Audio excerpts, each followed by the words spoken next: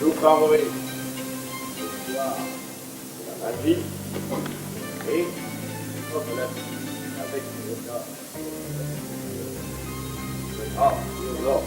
allemand.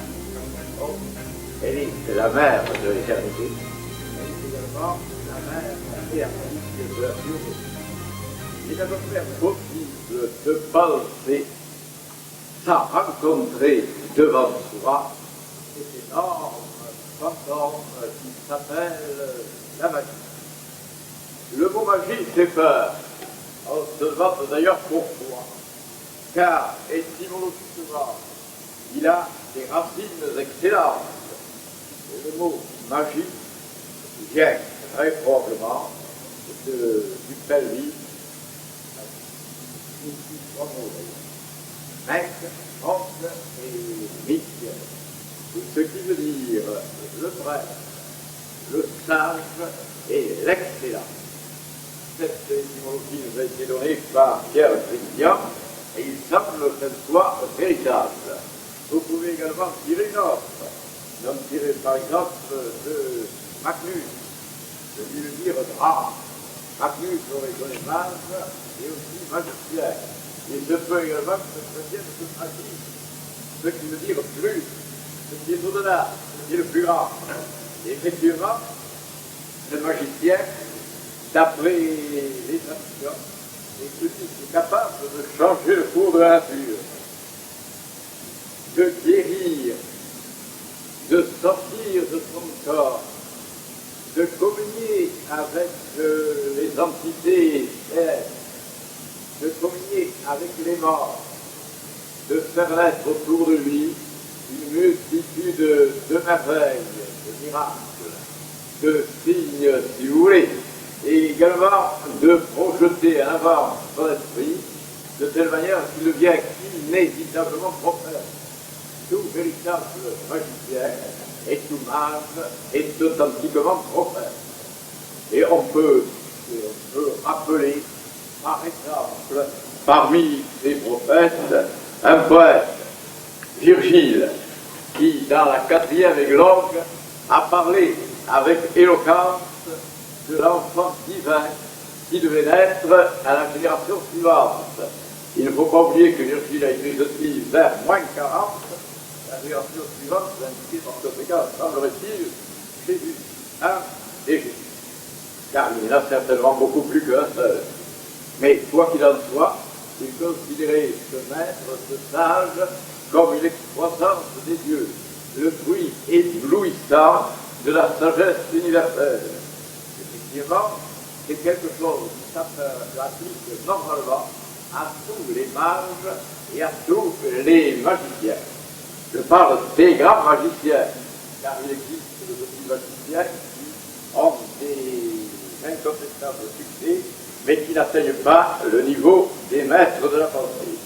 Alors, ceci dit, je parlerai d'une manière inattendue, en faisant parler justement la Bible. La Bible a condamné, semble-t-il, la magie. Et on se demande pourquoi. Peut-être parce qu'elle voyait dans la magie ce que j'appellerais une concurrence déloyale. Effectivement, il y a d'abord un texte curieux qui est emprunté au Deutéronome et que je vais demander que l'on lise.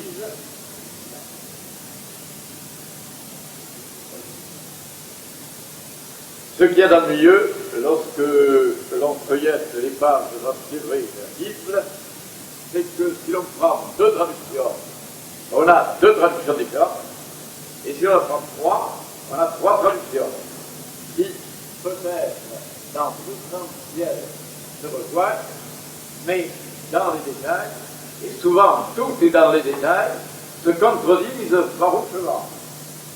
Alors, je vais vous donner une traduction d'une Bible que j'appellerai protestante.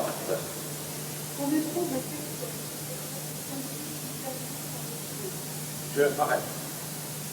Dans le Deutéronome. Je vous fais observer que faire passer son fils ou sa fille dans le feu, c'est une prophétie. Et une prophétie terrifiante. une prophétie de l'Inquisition, car l'Inquisition a couvert toute la terre, au moins toute l'Europe, de bûcher dans laquelle on a jeté les hérétiques, les esprits libres et les sorciers, si l'on veut, en tout cas, tous ceux qui n'obéissaient pas aux normes écrasantes d'une église purement de pierre. Effectivement, c'est déjà une prophétie, et une prophétie qui vise très exactement les inquisiteurs. Le reste. Personne qui exerce le métier de devin.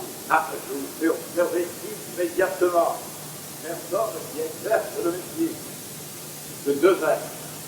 Cela ne veut pas dire que l'on condamne les devins, mais que l'on condamne ceux qui exercent le métier. Autrement dit, ceux qui, au lieu de deviner pour la beauté de la chose, ou bien pour la curiosité intrépide qui pousse l'homme à connaître les mystères les plus profonds de l'univers, qui le font surtout pour gagner. Ce ne sont plus des maîtres, ce ne sont plus des prêtres du vrai et de la dignité, ce sont purement et simplement des commerçants. Alors, le devin, on peut être devin, c'est-à-dire deviner parfaitement en regardant quelqu'un ce qu'il est, ce qu'il fut, ce qu'il sera. On peut deviner également quel est son souci essentiel. Il suffit d'avoir un coup d'œil particulier, qui est le coup d'œil du troisième œil, et non pas des deux yeux que l'on connaît. Mais après, il y a une autre expression qui vient. L'astrologue. Or, le mot astrologue, justement, se trouve dans une traduction et ne se trouve pas dans d'autres. Dans d'autres, il est dit ceux qui regardent le ciel. Dans d'autres, il dit tout simplement les mentis et les divinations. Et à ce moment-là, le mot astrologue est complètement noyé. Or, l'astrologue a une connaissance remarquable de l'univers, peut avoir une connaissance remarquable de l'univers, et s'il le fait, d'après ce texte, s'il le fait pour le plaisir de découvrir les merveilles du ciel et de la terre, c'est parfaitement permis. Mais s'il le fait pour donner simplement, pour gagner de l'argent, cela n'est plus permis.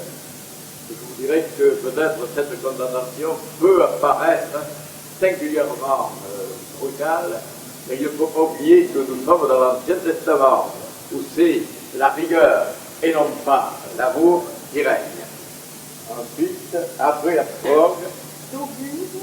alors augure, c'est deviner évidemment, c'est encore prévoir, c'est savoir ce que nous réserve l'avenir, mais d'une manière que j'appellerais intuitive et directe. Les augures avaient quand même une véritable science.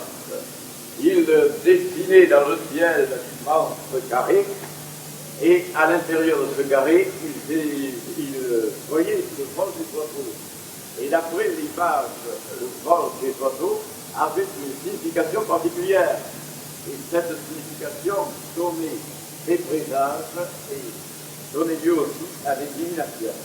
Après, Le magicien. ah, voilà, le mot magicien. Il est difficile de savoir exactement, la chose est tellement vaste, l'univers est une puissance remplie de magnifique. Et c'est la magie. Et ça montre de la connaissance de ce magnifique universel. Et il était connu depuis la plus haute antiquité sous le nom de mana. Et on supposait qu'il remplissait l'univers. Descartes lui-même, qui avait touché plus ou moins la magie, a déclaré que l'univers était rempli de matière subtile. Il a également déclaré qu'une autre qui remplissait par conséquent les intervalles entre les étoiles et éventuellement les intervalles entre les atomes, s'il y avait des atomes. Ensuite, il a également dit, ce qui est extrêmement curieux, que l'âme était logée dans la glande pinéale. Or, le propre de la plupart des magiciens, c'est d'admettre qu'il existe un organe de vision transcendantale. Cet organe de vision transcendantale a été situé dans la glande pinéale. là même où Descartes plaçait le siège de l'âme. Je vous dis en passant aussi que Descartes était rose-croix, et que par conséquent, il admettait avec Christian Beauvaincre qu'il n'y avait pas de vide, et que l'âme était également capable de lire directement la vérité. Enfin, nous retrouvons par conséquent un autre que Descartes, et c'est le troisième, le quatrième. Le grand chanteur est assez bizarre, car enfin on pense à l'enchanteur Merlin. Et l'enchanteur est celui qui, à travers une multitude d'incantations et de paroles, mettons, magiques, crée des prestiges, et peut également, dans l'intérieur des âmes, faire naître des sentiments de grandeur, d'émerveillement. C'est celui qui, en somme, communique de véritables significations salvatrices. Dit que l'enchanteur fait payer, si j'ose dire, ses initiations et ses connaissances, c'est un faux maître. Car faire payer ce qui n'a pas de prix, il en fait un métier, il exerce ce métier, c'est, comment dirais-je, je ne dirais pas un sacrilège, il ne peut pas y avoir de sacrilège. Et c'est une force réelle contre l'esprit. Les véritables enchanteurs ne se font jamais payer. Ils sont remarquablement désintéressés. Et c'est une des qualités précisément du véritable maître comme du véritable magicien. J'ajoute que je pense que de dire norme pensée tout à fait ainsi. Personne qui consulte ceux qui évoquent les esprits. Ah, voilà le problème. Cette fois-ci, pourquoi refuse-t-il de consulter ceux qui évoquent les esprits? C'est tout, comment dirais-je, la nécromancie qui est touchée à ce moment-là. Et la nécromancie était connue depuis la plus haute antiquité. À chaque instant, on évoquait les esprits des morts. C'est une merveilleuse pratique qui se retrouve par exemple dans la Chine antique, où on évoquait certaines tablettes à travers laquelle étaient rejoints, étaient liés les esprits des morts. On retrouve ceci, je crois, chez les Gaulois, chez les Romains, chez les Grecs, partout dans la plus haute antiquité, on évoquait les esprits des morts. Alors pourquoi ne pas les évoquer? Je pense qu'il y a une raison. La raison se retrouver dans la Bible elle-même. C'est que l'on trouve la sérénité des morts. Les morts sont en quelque sorte à l'intérieur d'un monde différent du nôtre, et ils continuent à évoluer dans ce monde. Des milliers de portes, des milliers d'arbres subtils s'ouvrent devant eux, et je crois que c'est un peu leur faire perdre du temps que de les ramener brutalement à la terre. Attention, il y a quand même, dans ce que l'on a pu constater, une multitude de morts qui viennent graduellement, spontanément. On ne les évoque pas, et eux qui viennent. Il semble qu'il y ait dans le texte biblique cette remarquable distinction. Ne pas évoquer les morts, car on peut trouver leur repos, mais attendre tranquillement qu'ils viennent. Et ils viennent effectivement, ils nous parlent dans les songes, dans les présages, dans les inspirations et dans les visions. Continuons. Personne qui disent de la bonne aventure. Ah, il y a beaucoup de gens qui disent la bonne aventure. Bon. Et je serais beaucoup moins, comment dirais-je, intransigeant de dire l'autre.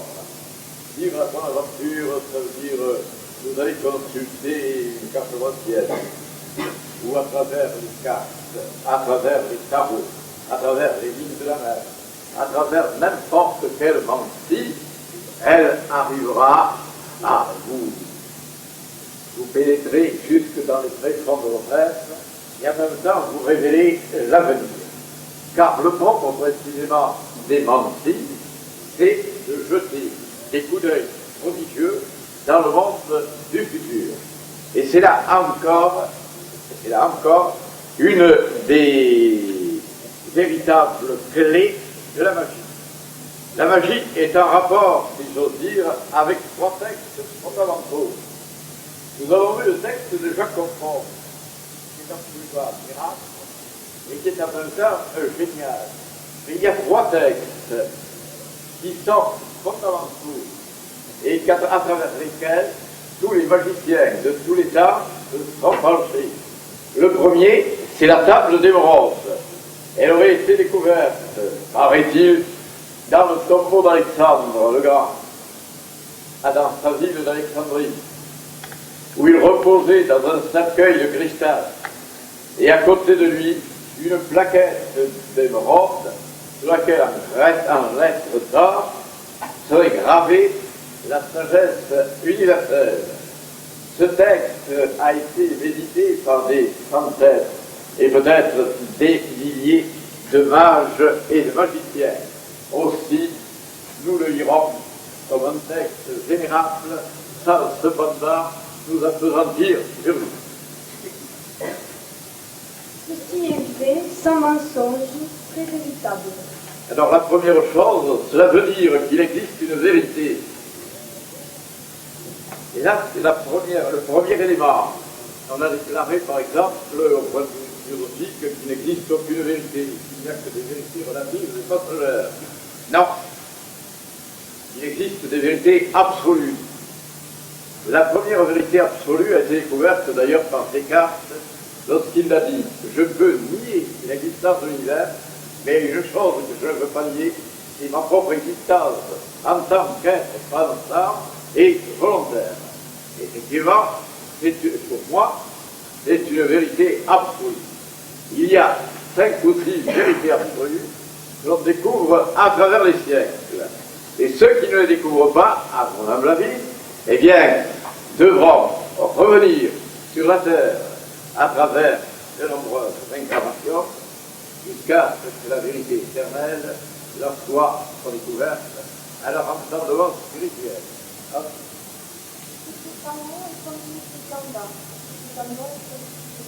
Oui, et là, c'est une des choses les plus curieuses, c'est celle du macrocosme et du microcosme.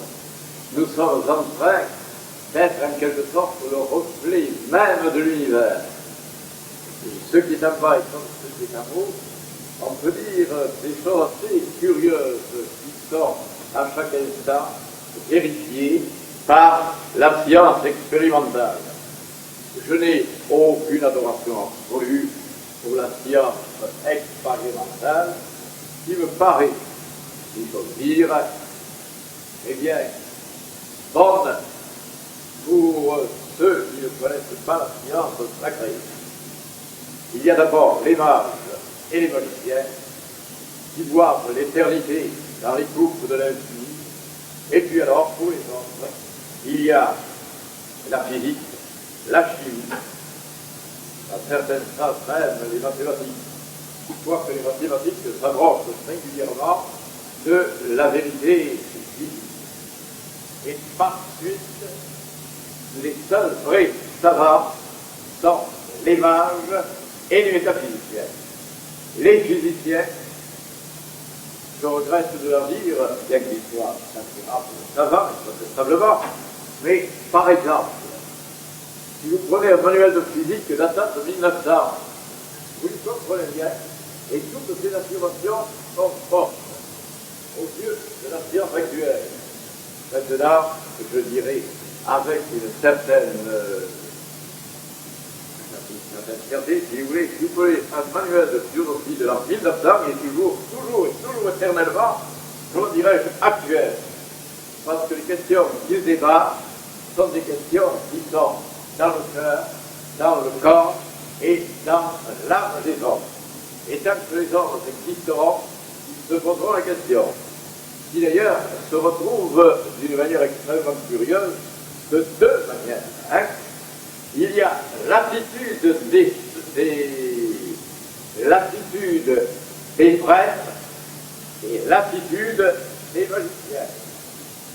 J'en profite. L'attitude des magiciens c'est de vouloir imposer sa volonté au monde et de changer par conséquent le cours naturel des choses. Il est le maître et il essaie de découvrir les lois secrètes de l'univers pour que sa volonté puisse manipuler les mondes. Tandis que l'esprit de Dieu est celui qui se soumet, qui prie, qui gémit et qui est l'esclave d'une divinité. Les deux attitudes sont incontestablement intéressantes, mais la deuxième conduit à la suppression de toute esprit critique et on aboutit à des religions dévorantes, destructrices et tyranniques et dogmatiques. Le premier, au contraire, ouvre les portes de la connaissance dans tout ce qu'elle peut avoir de vaste, de puissant et d'inattendu. Le religieux obéit et le magicien, en principe, commence en lui une flamme divine et une connaissance incontestable des lois secrètes. Pour faire le miracle de l'unité. Oui, alors là, il y aurait deux mondes. Un monde invisible, archétypal, un paradigme, un monde de modèles. Et d'ailleurs, nous retrouvons ceci dans Platon. Platon déclarait que dans l'esprit de Dieu, dans l'esprit du Verbe, il y a les idées éternelles, qui sont les modèles indestructibles de toutes les choses changeantes et variables. Et, par exemple, je vais donner un exemple très connu du triangle. Vous tracez un triangle sur un tableau, vous savez très bien que ce triangle n'est pas vrai. Le triangle de Platon, le triangle mathématique A, est composé simplement d'une surface.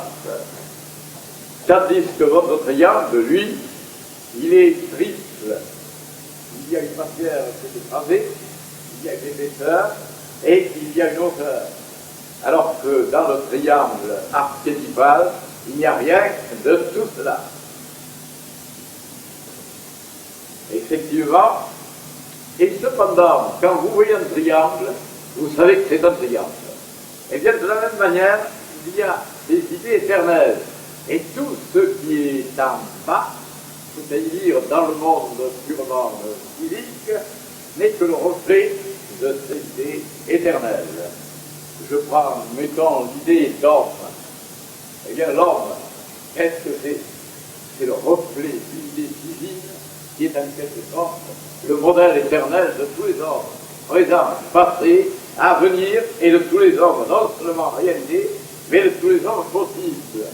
Et tout dans l'univers, si j'ose dire, n'est que le reflet d'un monde idéal qui est le monde des idées.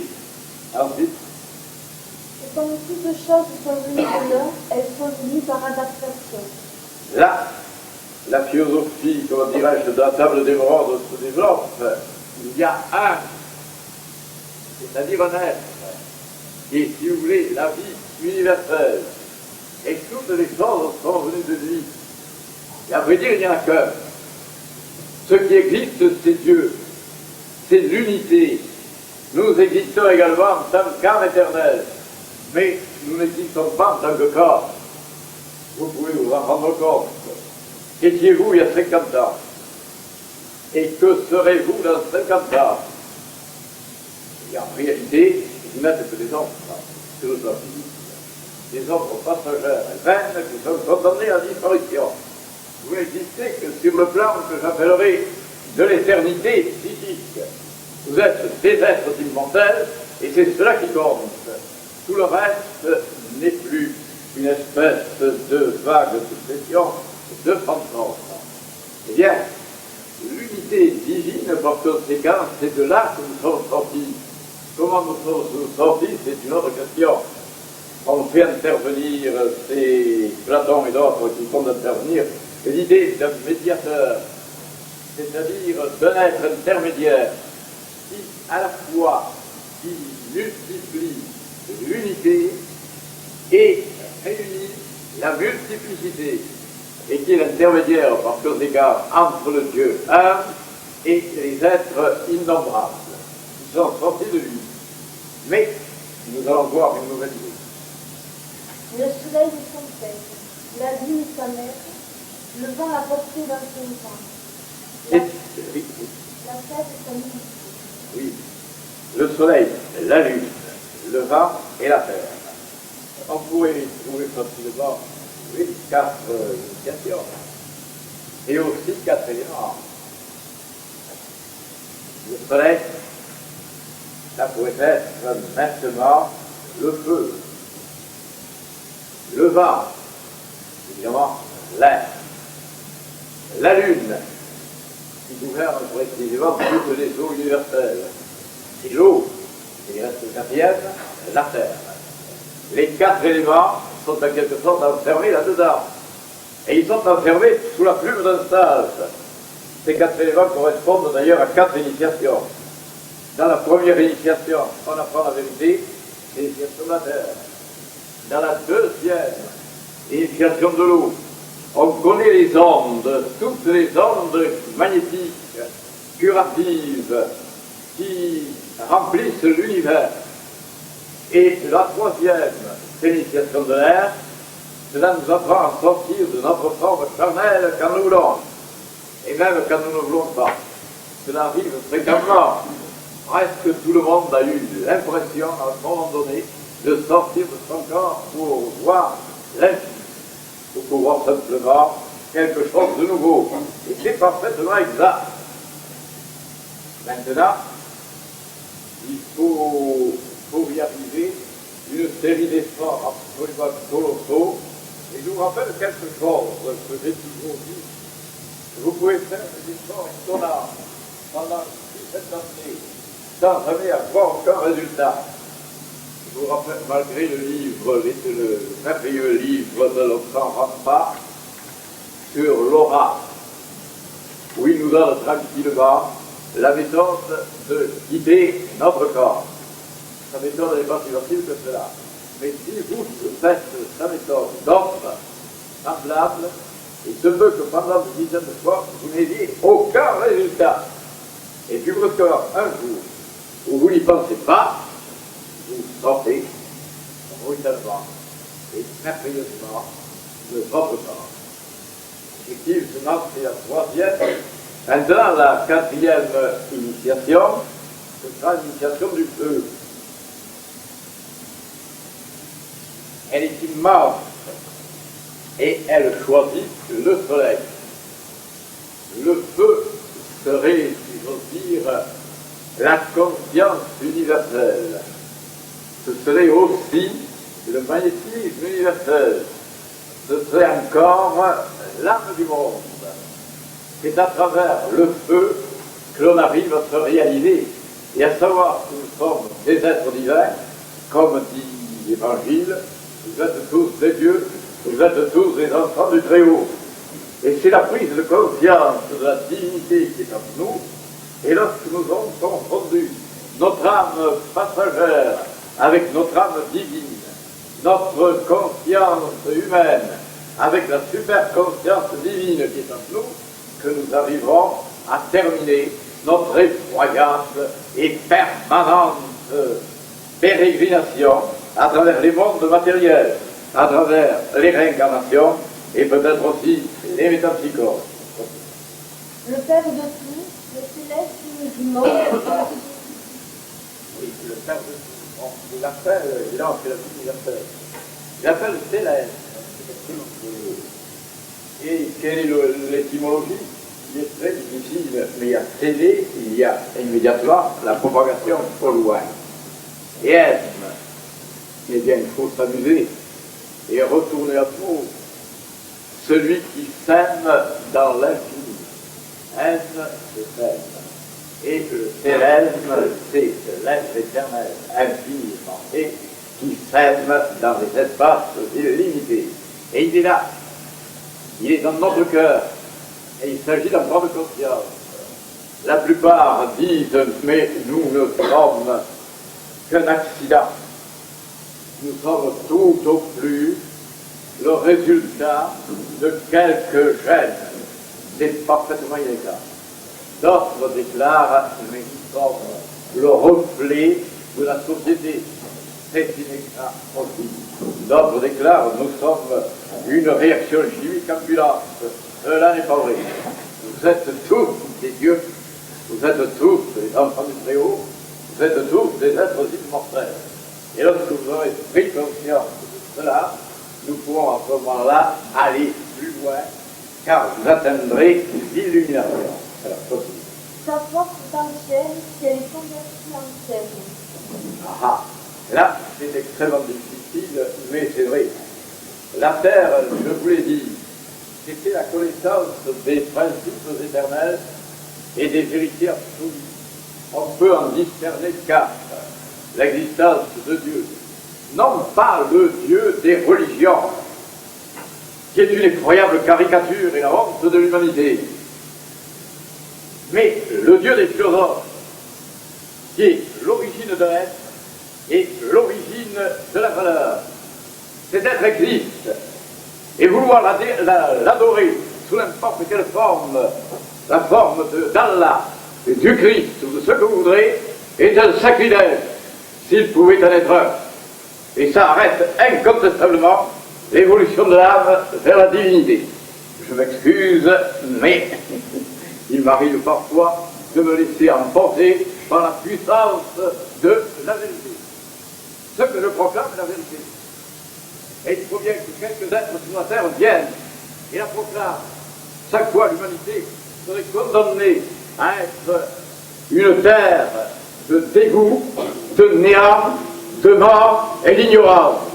Il n'y aurait pas la moindre évolution si des maîtres venus de l'étoile polaire ou du Verbe éternel ne venaient sur la terre pour apporter la vérité aux terre. Bon, comme tu dis. Tu sépareras la terre du feu, le subtil vérité, justement avec la vérité. D'accord. C'est très joli, c'est une méthode qu'il donne. C'est effectivement la terre du feu. On pourra dire qu'il y a en nous plusieurs êtres. L'être terrestre et l'être divin. Nous pourrons voir que nous devons séparer l'être divin de l'être terrestre. Mais il faut le faire doucement et avec habileté. Il y a parfois la méthode que souvent je préconise, et souvent une méthode brutale, à quoi ce n'est qu'une des deux méthodes. D'après la table d'une robe, il faut le faire avec douceur et avec habileté. On peut dire, si vous voulez, c'est une comparaison qui a été faite par de nombreux occultistes, que nous avons en nous le moi supérieur, transcendant, et puis le moi inférieur, humain. Et dans la plupart des êtres humains, hein, les deux sont mêlés. Il y a d'un côté le moi transcendant et de l'autre côté le moi humain qui sont mêlés pour former ce que j'appellerais un liquide orangé. Alors, on n'est ni trop bas, ni trop mauvais, ni trop intelligent, ni trop tôt, comme nous sommes des êtres ordinaires. Qui ne manque pas d'allure, d'ailleurs, c'est à devenir prodigieux. Eh bien, il faut cesser. Et il faut séparer doucement, avec adresse, l'or du rouge. Alors, cette peau qui forme l'orange primitif. Et à ce moment-là, vous avez deux êtres. D'un côté, l'or éternel, qui vient l'esprit supérieur. Et de l'autre côté, le rouge, qui est l'esprit inférieur. Ce qui fait que vous avez, par parenthèse, souvent ce voit à l'intérieur d'un être, eh bien, des principes tout à fait différents. À un certain moment, mettons un initié peut paraître très inférieur parce qu'il obéit au monde rouge. À d'autres moments, il peut être surhumain et divin parce qu'il obéit au monde doré. Et c'est ce qui fait le premier danger lorsque vous séparez l'or du rouge. Eh bien, l'or est dans sa pureté, et le rouge aussi. Ce qui fait que vous êtes capable des plus grandes forces et en même temps des choses les plus inférieures. Mais en réalité, le véritable initié, après avoir préparé tout ceci, les réunit par des liens invisibles. Et l'or domine incontestablement le rouge. Comme disait Platon, notre âme divine doit dominer notre âme humaine. Notre âme humaine doit dominer notre âme animale, et l'âme animale doit dominer l'âme végétale, sous la direction, évidemment, du Dieu qui est en nous. Il monte de la terre au ciel et de recherche descend en terre. Là, c'est la puissance, je dirais, de nos aspirations. Il monte de la terre au ciel et monte jusqu'au plan ici, et redescend. À la force des choses. Oui, c'est à ce moment-là ce que je vous ai déjà dit, justement, l'or resplendissant et le rouge et pourpre sont réunis parce que l'or domine le rouge, mais ils ne sont pas confondus parce que l'homme est dominé par la puissance divine qui est en nous. Ainsi sera la gloire du monde, et l'obscurité s'éloignera de toi. C'est très joli parce que la gloire du monde, ça nous rappelle tout ça. C'est-à-dire dans la Kabbale, le cœur qui est à la fois beauté et amour. Et la gloire du monde, c'est de posséder tout l'amour et en même temps toute la beauté et aussi sans doute toute la puissance de l'univers. Et à ce moment-là, le magicien devient un des maîtres du Godron. C'est arrivé à Moïse, ouais, au Moïse idéal que nous imaginons. C'est arrivé à Jésus, au véritable Jésus, qui n'a plus rien à voir avec le Jésus canonique. C'est arrivé peut-être aussi à Mahomet, et plus souvent à Rumi qu'à Mahomet. Rumi étant le deuxième fondateur, si l'on peut dire, de l'islam, celui qui possède les clés du soufisme et des rapports entre l'âme dansante et chantante et Dieu, qui reste l'unique et l'unique substance de l'infini. C'est la force de toute chose. Elle vaincra toute chose et pénétrera toute chose solide. Oui. Alors, les choses subtiles sont difficiles à vaincre. C'est beaucoup plus difficile de vaincre le temps, par exemple, qui est une force subtile. Mais pour les choses physiques, on peut les vaincre, on peut les pénétrer.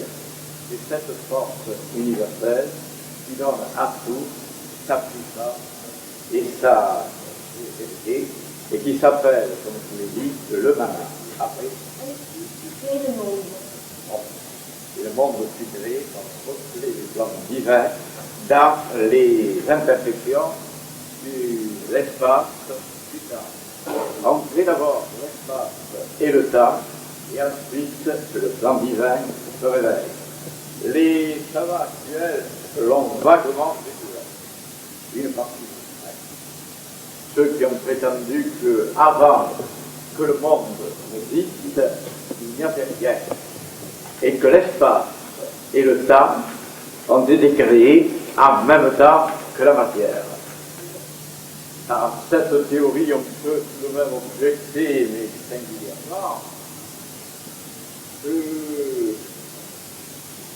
le temps et l'espace ne sont que des concepts et qu'il n'existe pas en dehors de nous. Et que par conséquent, pour transformer l'univers, il faut le transformer à travers la puissance de notre esprit et de notre volonté. Ça nous amène au deuxième texte. De ceci sortiront viendra de la taxation, de le moyen aussi. quand le mage est capable de s'emparer de ses connaissances transcendantales pour les faire descendre sur la terre. Est-ce que c'est possible? Bon. Il y a dans la Bible pas mal de vérités.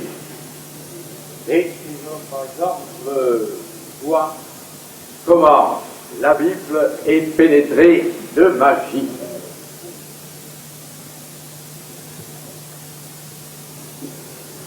Nous le voyons avec Moïse. Moïse qui pratique une magie extrêmement curieuse. La magie magnétique.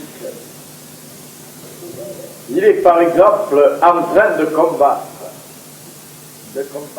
Amalek. Il a donné à ses dieux de l'âme, aujourd'hui notamment, l'ordre de combattre les Amalécites. Et alors, que fait-il? Il monte sur le haut d'une colline, et de là, il domine la situation. Et que fait-il? Mais un geste magnifique. Il lève les deux mains.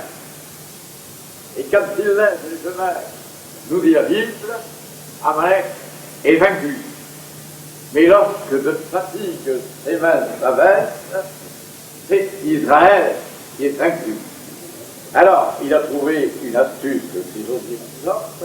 Il demande à Aaron et à Hur de venir à ses côtés et de mener de ses mains, de les tenir éternellement levées. Qu'arrive-t-il? Les troupes amalécites sont vaincues et semble-t-il pour d'une manière quasi définitive. Mais comment expliquer ceci? Mais nous sommes en pleine magie. Et nous sommes dans la magie, comment dirais-je, magnétique. Il a déversé sur les Amalécites la puissance magnétique dont il est le centre.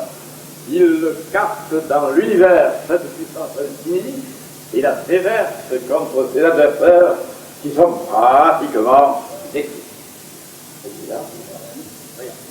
Je vais vous citer le texte pour dire que je n'invente rien. Amalek vint combattre Israël à Rephidim. Alors Moïse dit à Josué, choisis-nous des hommes, sors et combat Amalek. Demain je me tiendrai sur le sommet de la colline, la verge de Dieu dans ma main. Josué fit ce que lui avait dit Moïse pour combattre Amalek. Et Moïse, Aaron et Hur montèrent au sommet de la colline. Lorsque Moïse élevait sa main, Israël était le plus fort. Et lorsqu'il baissait sa main, Amalek était le plus fort. Les mains de Moïse étant fatiguées, ils prirent une pierre qu'ils placèrent sous lui, et il s'assit dessus. Aaron et Il y a Hur... certainement du symbolisme, là. La pierre, c'est l'imitation de la pierre. Oui. Aaron et Hur soutenaient ses mains, l'un d'un côté, l'autre de l'autre, et ses mains restèrent fermes jusqu'au coucher du soleil. Et Josué vainquit Amalek et son peuple au tranchant de l'été. Vous voyez, c'est grâce à la puissance magnétique des mains de Moïse que le peuple a pu être vaincu. Eh bien, on le retrouve, je crois, dans presque toutes les grandes figures. C'est à travers précisément la puissance magnétique que les autres sont vaincus. Et il ne s'agit pas simplement de victoire purement physique, mais aussi de victoire métaphysique, c'est-à-dire la lutte contre les esprits du mal.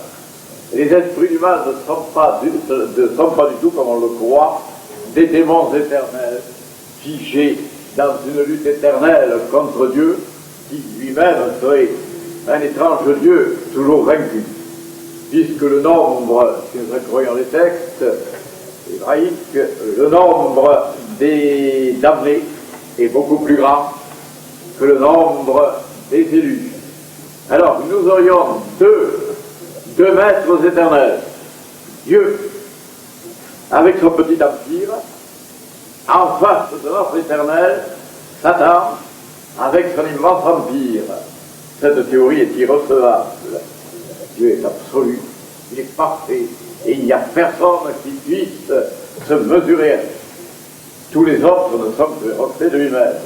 La théorie manichéenne est infiniment supérieure, la théorie de Zoroastre et de Manès, qui prétend d'ailleurs qu'à la fin des temps, le diable lui aussi sera vaincu et rentrera dans le sein de Dieu.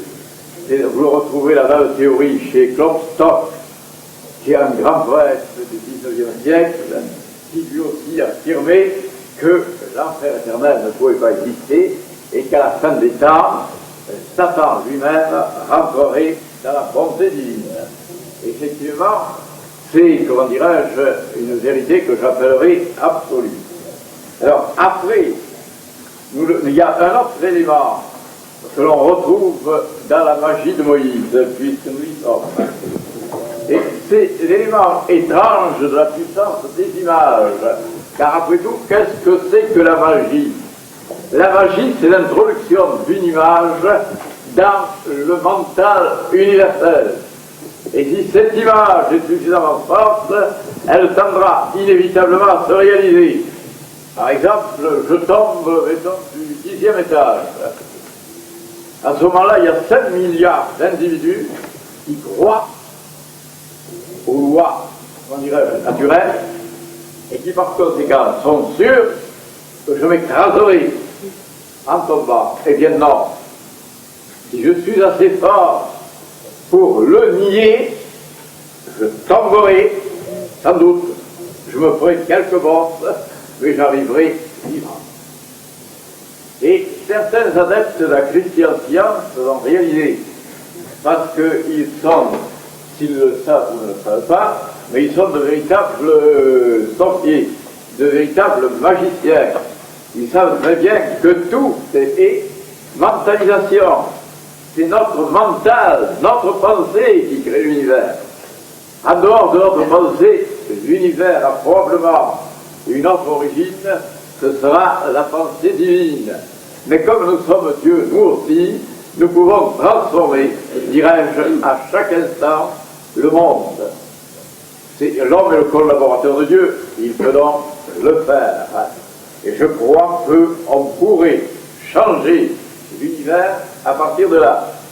On a d'ailleurs, il y a certains exemples assez curieux dans ce domaine.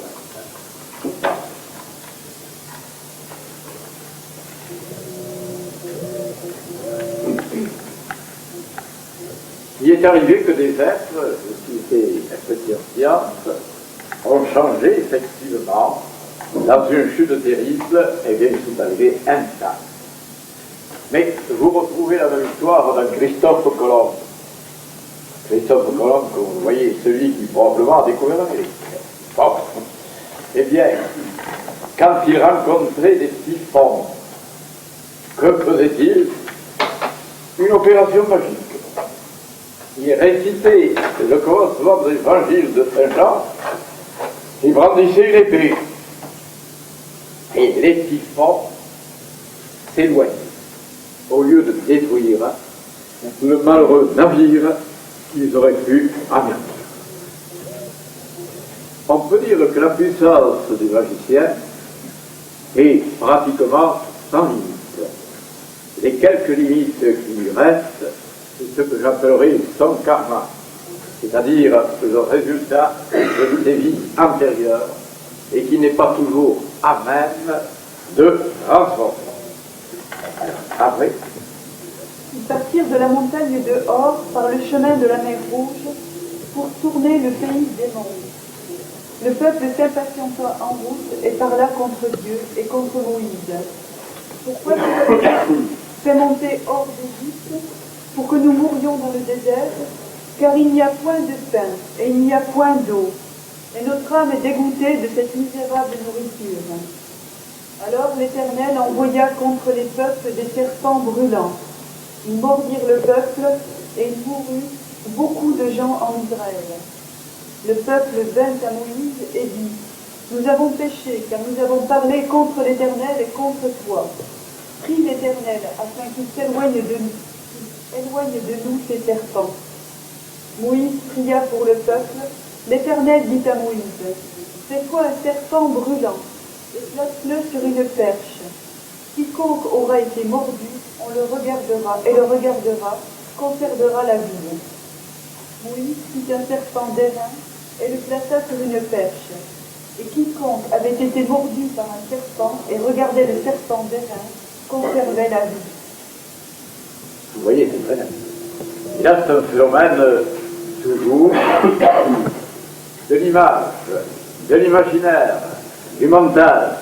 Il suffit de regarder un serpent fabriqué par Moïse, c'est-à-dire par un grand initié, pour que les blessures des serpents soient guéries. Alors, une autre qualité, évidemment, c'est de l'initié, c'est la guérison. Mais nous allons voir maintenant le deuxième texte, si vous voulez, c'est le texte des 10 propositions qui visent dévoiler. Peut-être avant d'y aller, je vous proposerai quand même une autre incursion dans la Bible. Eh bien, effectivement, la Bible condamne, comme vous le savez, l'évocation des morts. Pourquoi? Eh bien, nous allons le voir. Il la condamne sans la condamner réellement. Et nous allons le voir, ce qui est particulier à la Sibylle d'Andorre. Samuel était mort. Tout Israël l'avait pleuré, et on l'avait enterré à Rama dans sa ville. Saül avait ôté du pays ceux qui évoquaient les morts et ceux qui prédisaient l'avenir. Les Philistins se rassemblèrent et vinrent camper à Sunem. Saül rassembla tout Israël et ils campèrent à Gilboa. À la vue du camp des Philistins, Saül fut saisi de crainte, et un violent tremblement s'empara de son cœur. Saül consulta l'Éternel, et l'Éternel ne lui répondit point, ni par des songes, ni par des visions, ni par des prophètes. Bon, il faut que vous le pensez. C'est encore une phrase de la magie. Alors, l'Éternel ne lui que répond point. Et il ne répond ni par les sens. Ce qui veut dire que dans les sens, l'Éternel, autrement dit, que le plan divin peut se manifester. Et il y a effectivement de grands songes prophétiques que l'on trouve dans la Bible, hors de la Bible, et qui effectivement nous permettent de découvrir les sombres mystères de l'avenir. Mais l'Urim et le Thummim, d'où sortent ces deux mots signifient l'un lumière et l'autre perfection. Et qu'est-ce que c'est? On les retrouve dans la tunique d'or du grand prêtre. Tunique, par parenthèse, copiée sur celle des grands prêtres égyptiens. Et il y avait dans cette tunique d'or deux éléments dont nous ne connaissons pas exactement la nuance, la réalité, l'essence, la figure. Ces éléments sont l'unim et le tunim, d'où sortent-ils. Et c'est à travers eux que Dieu parle. D'après Flavius Joseph, eh bien, les pierres précieuses de l'éphod et surtout du pectoral du grand prêtre représentaient les 12 signes du zodiaque.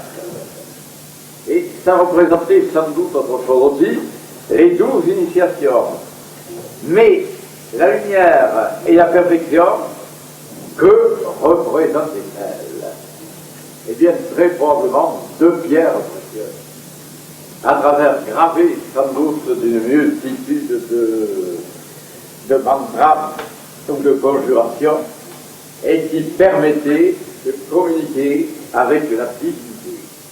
Bien, c'est un peu, mais évidemment élevé dans des proportions infiniment plus grandes, un peu le jeu des dés. Vous jetez des dés pour savoir ce qui va se passer, par exemple. Eh bien, de la même manière, les deux pierres précieuses, très probablement gravées et magiques, servaient à l'Éternel pour parler à ses prophètes. Ensuite, le troisième, et Saül dit à ses dit par les prophètes. Hein? Oui. Alors, les prophètes sont également des êtres qui reçoivent l'inspiration de l'Éternel. Je peux, si vous voulez, en citer incontestablement un, même deux, même trois, mais ils ne sont jamais à l'intérieur de l'Église catholique apostolique romaine. Ils peuvent y être, c'est très rare. Hugo, lorsqu'il déclarait Verdun, dernier rempart de la France à l'armée, il écrivait ça en 1822, il était en train de prophétiser la bataille de Verdun, la plus colossale de toutes les batailles de la terre. Il fallait un poète géant pour, comment dirais-je, prophétiser une bataille géante. Lorsqu'il dit, je passe, ô tocsin formidable au clocher de Strasbourg, ce qu'il dit est absolument fabuleux, parce que lorsque Strasbourg fut délivré, De Gaulle ordonna que l'on sonne le tocsin à la cathédrale de Strasbourg et que toutes les cathédrales de l'univers, tout au moins de la France, répondent à cet énorme appel. Et bien là, c'est une prophétie extraordinaire. Alors on peut dire qu'il existe des prophètes et qui sont capables de découvrir les arcanes de l'avenir. Je vous signalerai que François Brousse avait annoncé trois choses. Premièrement, la fin de la guerre entre l'Irak et l'Iran, ce qui ne paraissait pas du tout évident. Deuxièmement, un chiffre, et il a lieu maintenant. Et il avait annoncé d'autres choses dont vous parlerez peut-être plus tard. En tout cas, voilà deux prédictions. Et d'autres prédictions de ce genre peuvent être à chaque instant dévoilées. Les vrais prophètes, par exemple Nostradamus, vont annoncer des choses prodigieuses. Lorsque Nostradamus déclare les plus grands à l'espace, c'est très rapide.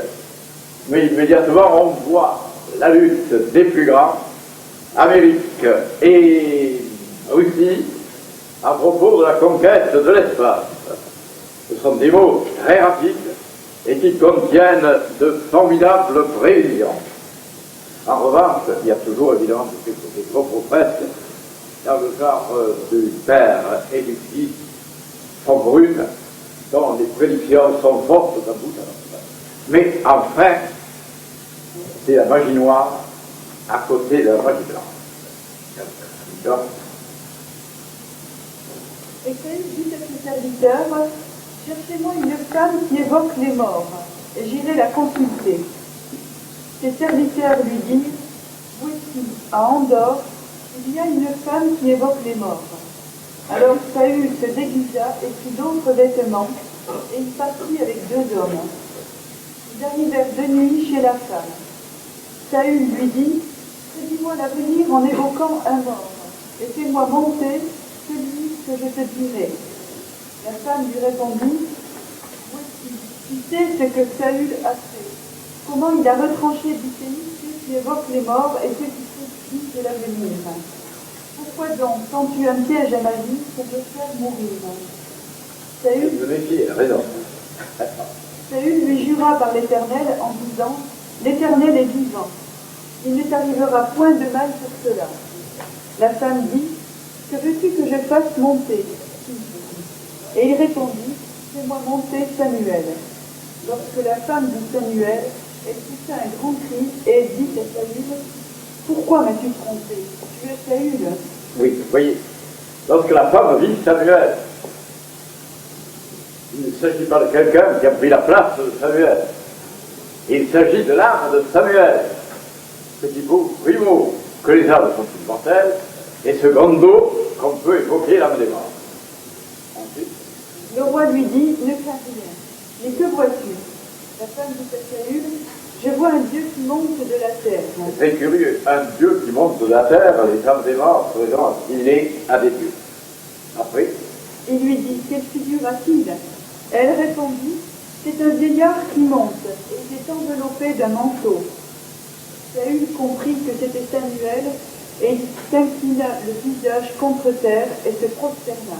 alors il comprit que c'était Samuel. J'y reviens. Il s'agit non pas d'une évocation démoniaque, mais il s'agit incontestablement d'une évocation d'un mort. Et un mort grandiose qui est le prophète Samuel. Ensuite. Samuel dit à Saül, « Pourquoi m'as-tu troublé en me faisant monter ?»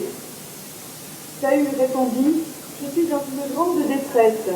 Les Philistins me font la guerre et Dieu s'est retiré de moi. Il ne m'a répondu ni par les prophètes ni par les songes. Et je t'ai appelé pour que tu me fasses connaître ce que je dois faire. » Samuel dit, « Pourquoi donc me consultes-tu puisque l'Éternel s'est retiré de toi et qu'il est devenu ton ennemi ?» Évidemment, c'est tout à fait important. Dieu ne peut être il est le protecteur de la vie universelle. L'Éternel se presse comme je te l'avais annoncé de sa part. L'Éternel a déchiré la royauté d'entre tes mains et l'a donnée à un autre, à David. Tu n'as point obéi à la voix de l'Éternel et tu n'as point fait sentir à Amalek l'ardeur de sa colère. C'est d'abord une puissance prophétique. Il annonce effectivement ce qui arrivera, c'est que Saül mourra et que David lui succédera. Après.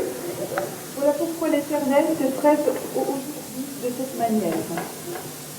Et même l'Éternel livrera Israël avec toi entre les mains des Philistins. Demain, toi et tes fils, vous serez avec moi, et l'Éternel livrera le champ d'Israël entre les mains des Philistins. Alors vous voyez maintenant qu'on peut évoquer les morts, mais il faut le faire avec une multitude de précautions. Et qu'ensuite les morts peuvent parfaitement nous donner des indications prophétiques sur l'avenir. Je citerai Alain Kardec, qui justement, dans le livre des esprits, si je me trompe, annonce, déclare qu'il y a de fausses prophéties spirites. Et la fausse prophétie qui spirite est justement une vraie prophétie. C'est extrêmement curieux. Il déclare qu'un esprit a prétendu qu'il existait un sixième continent. Or, d'après Alain Kardec, la science, à l'époque, avait exploré toute la Terre et on sait fort bien qu'en dehors des océans, des continents connus, il n'en existait aucun. Et par conséquent, c'était une merveilleuse prédiction des esprits. On peut dire que les esprits des morts sont capables aussi de connaître l'avenir. Nous allons passer à notre texte, si vous voulez. Ce sera les 10 propositions qui visent. Il n'y a pas de miracle, tout ce qui a Dieu, c'est de la loi. Loi est immuable, toujours active. Bon, nous sommes toujours même dans la puissance, il y a une loi éternelle, immuable, il n'y a pas de miracle. Ce que l'on appelle miracle, ce sont simplement les reflets d'une loi secrète que nous connaissons.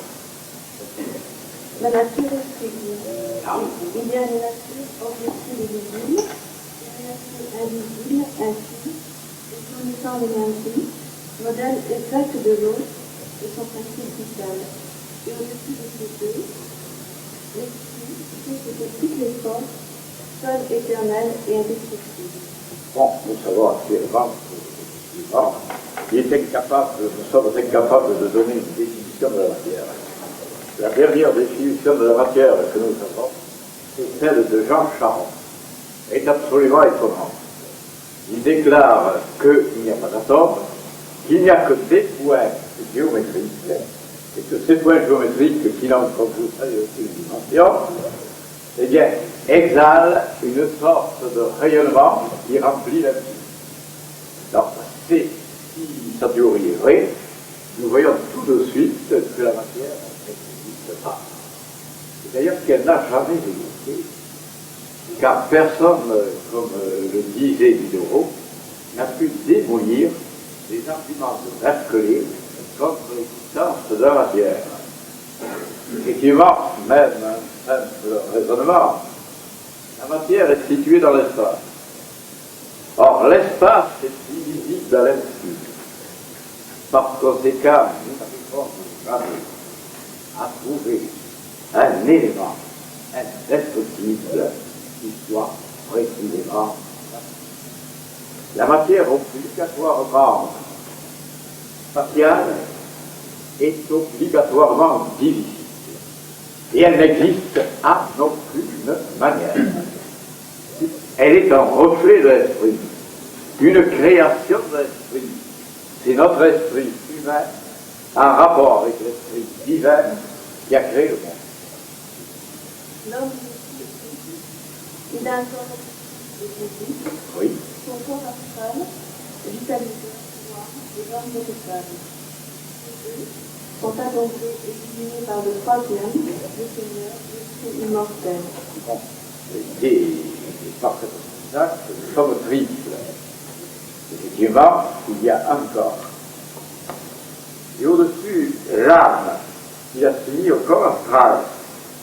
Et au-dessus encore, l'être divin, le reflet de Dieu qui est en nous. Et le propre de l'évolution, c'est de faire que l'esprit humain, le corps astral, finisse par rejoindre l'esprit divin, c'est-à-dire la lumière immortelle qui est notre droit.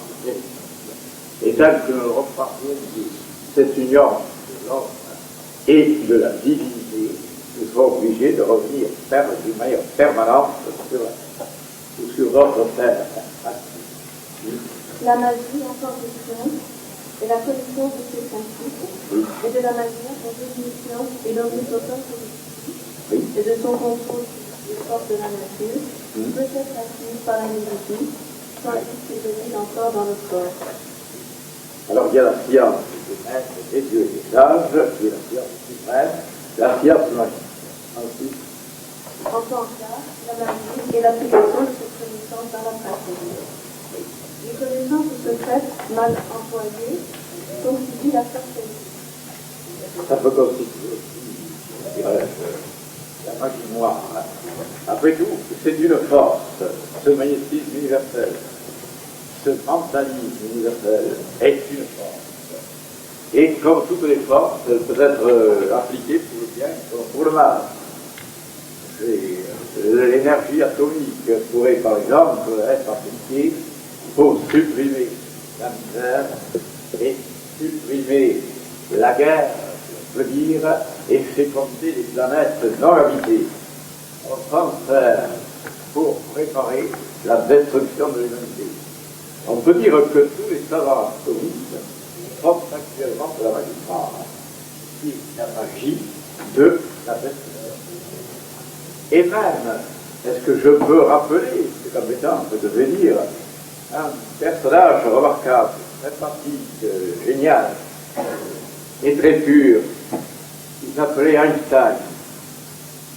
C'est lui qui, ayant peur des découvertes de son temps, a adressé une lettre à Roswell, lequel admirait profondément, pour lui demander de construire la bombe atomique. C'est un peu inquiétant. Évidemment, il était pris dans une série d'engrenages dont il ne pouvait pas se sortir. Mais en réalité, il faisait de la magie noire, pas de vouloir. Et tous ceux qui fabriquent des engins de mort à travers l'énergie atomique font aussi de la magie noire. Et on le voit à chaque fois. Par exemple, à Tchernobyl, il y a eu des centaines et probablement des milliers de morts. Et on vient de nous apprendre aujourd'hui même que dans quelques distances de Tchernobyl, les enfants perdaient leurs cheveux et devenaient mourir, en tout cas, étaient atteints de très graves maladies. Et c'est encore Tchernobyl. Une seule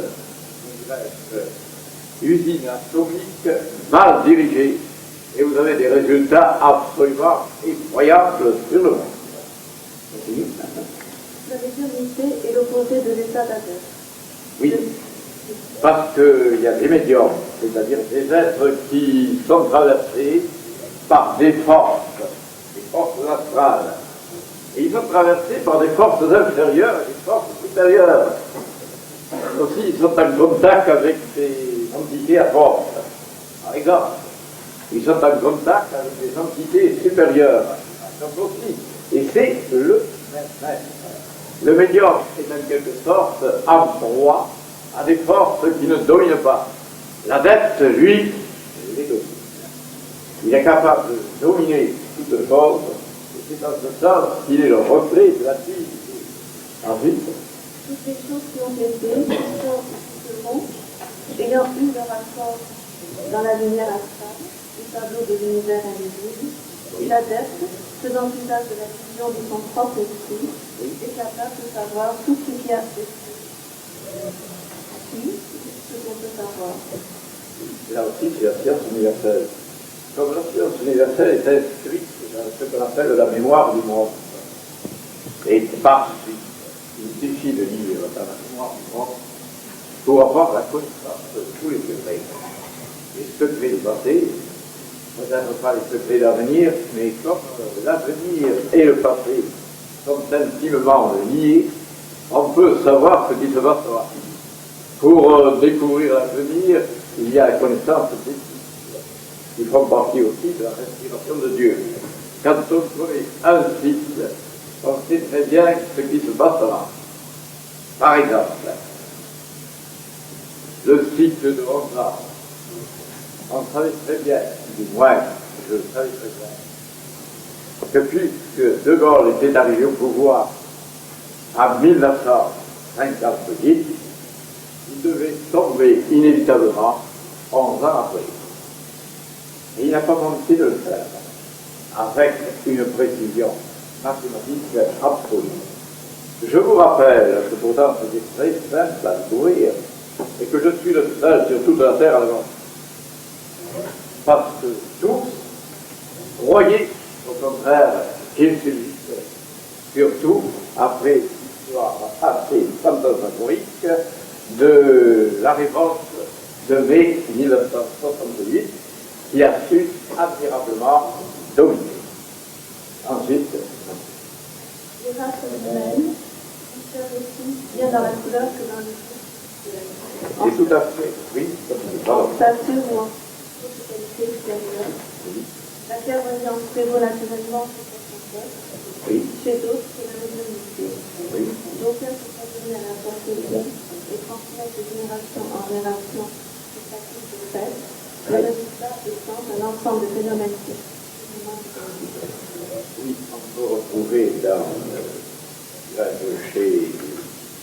l'Afrique des grandes pratiques qui effectivement sont souvent démontrées. Je peux dire que je connais directement un Européen qui aurait fait bien à un Noir, à l'époque européenne, et celui-ci lui a dit qu'il ne serait jamais malade de toute sa vie. L'histoire s'est passée il n'y a pas de temps. Il est toujours en parfaite santé. Là, c'est ce que ça s'appellerait de la magie blanche. Et cette magie blanche vient précisément du bon emploi de la connaissance universelle. Il existe là-dedans Robert Fontaine, dans son livre Magie chez moi, justement, signale comment il a été absolument bouleversé, surpris par un sorcier de ses amis qui lui a dit: si je veux qu'il pleuve, je sors mon bâton de puissance et je le mets à côté de la porte de ma case. Et il tenait à se voir. Et il les a démontrés. Pendant que le sorcier était absent, la bien question a eu l'imprudence de s'introduire dans la case, de sortir le bâton, de le mettre à côté, et il s'est mis à pleuvoir, jusqu'au moment où il l'a rentré. Il y a dans on peut s'amuser aussi à signaler par exemple que Gerbert, lorsqu'il était encore partre, avant de devenir pape, Gerbert et Sylvestre II, le pape sorcier, eh bien, il était allé étudier la magie à Barcelone.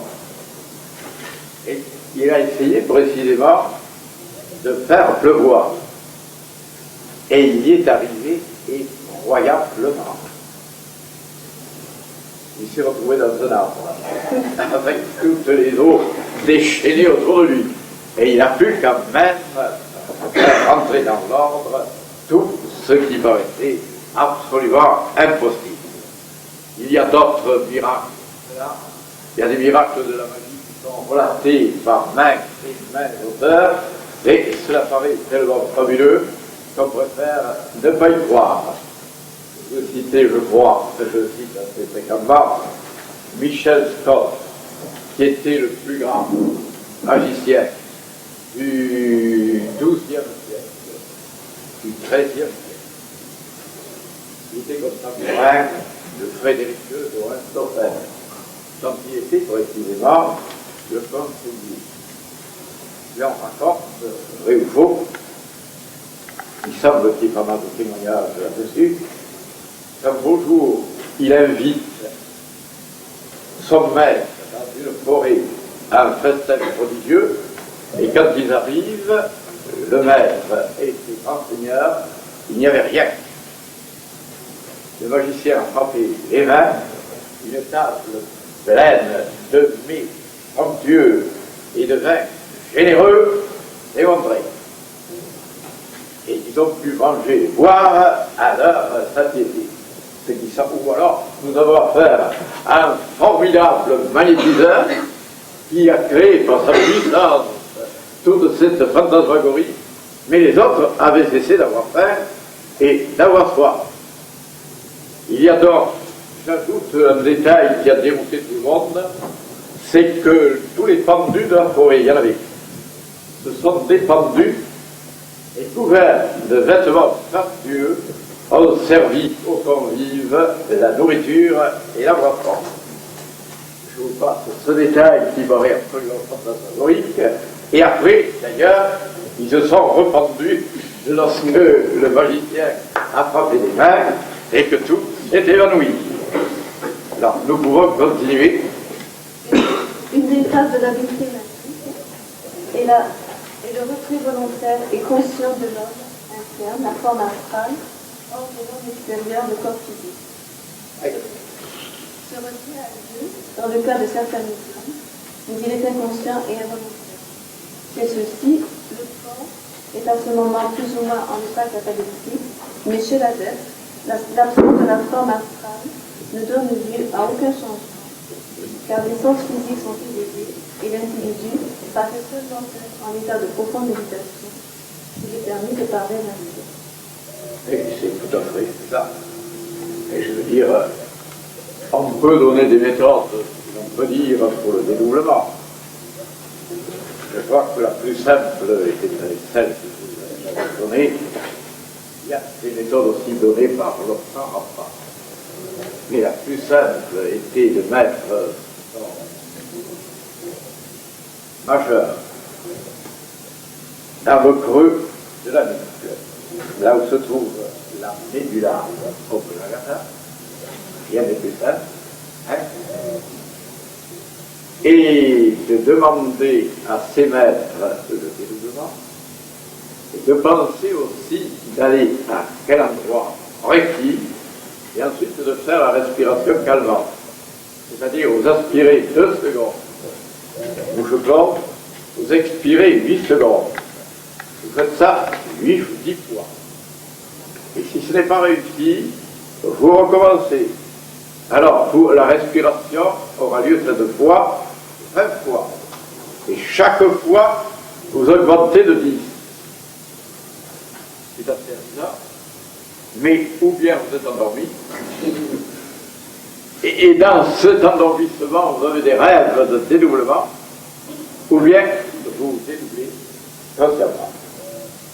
Je l'ai fait faire à des amis qui étaient autrefois des amis et qui sont devenus maintenant, c'est leur affaire, des ennemis, et ils l'avaient parfaitement compris. Il y a des milliers de manières, pas des milliers, des centaines de manières, enfin des dizaines de manières, pardon, de se dédoubler. Peut-être des milliers, parce qu'il y a des milliers de respirations. Alors, continuons.